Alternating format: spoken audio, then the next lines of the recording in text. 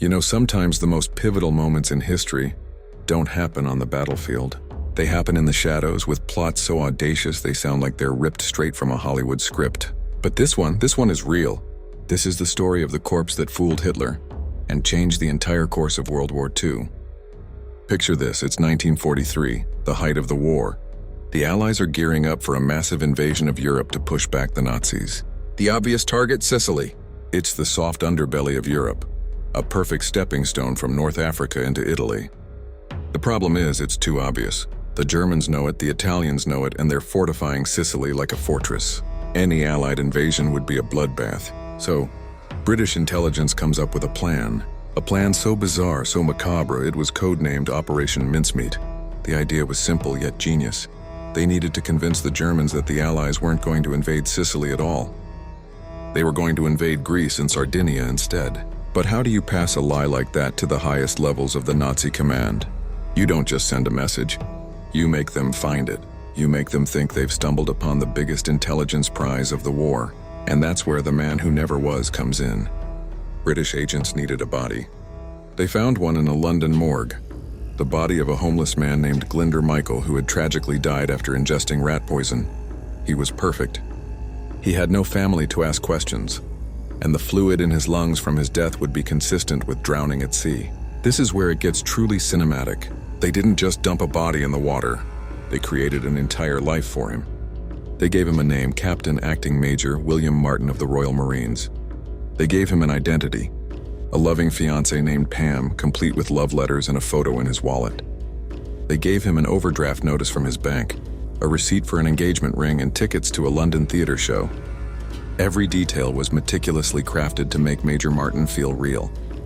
But the most important items were in the briefcase chained to his wrist. Inside were personal letters between top Allied generals, all discussing invasion plans. And these plans explicitly pointed to Greece and Sardinia as the targets, while dismissing Sicily as a mere diversion, the ultimate fake-out.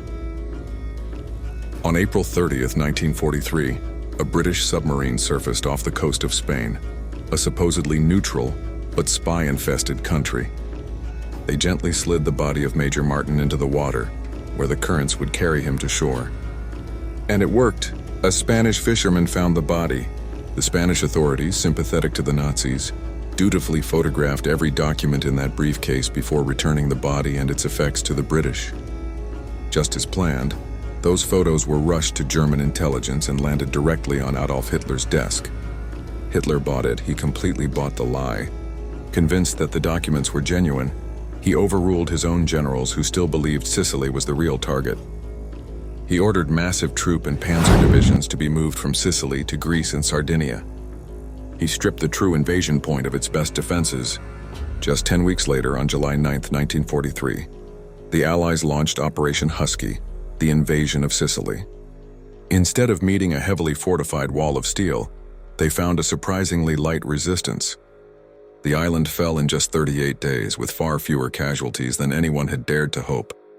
This gave the Allies the foothold they needed in Europe, led to the fall of Mussolini, and was a critical turning point in the war. And the Nazis, they never discovered the truth. They went to their graves believing that their intelligence had simply been outmaneuvered, never knowing that their entire strategy had been dictated by a dead man, a fictional fiancé, and one of the most brilliant and ghoulish deceptions in the history of warfare. A corpse had lied to them, and that lie saved thousands of lives and helped win the war.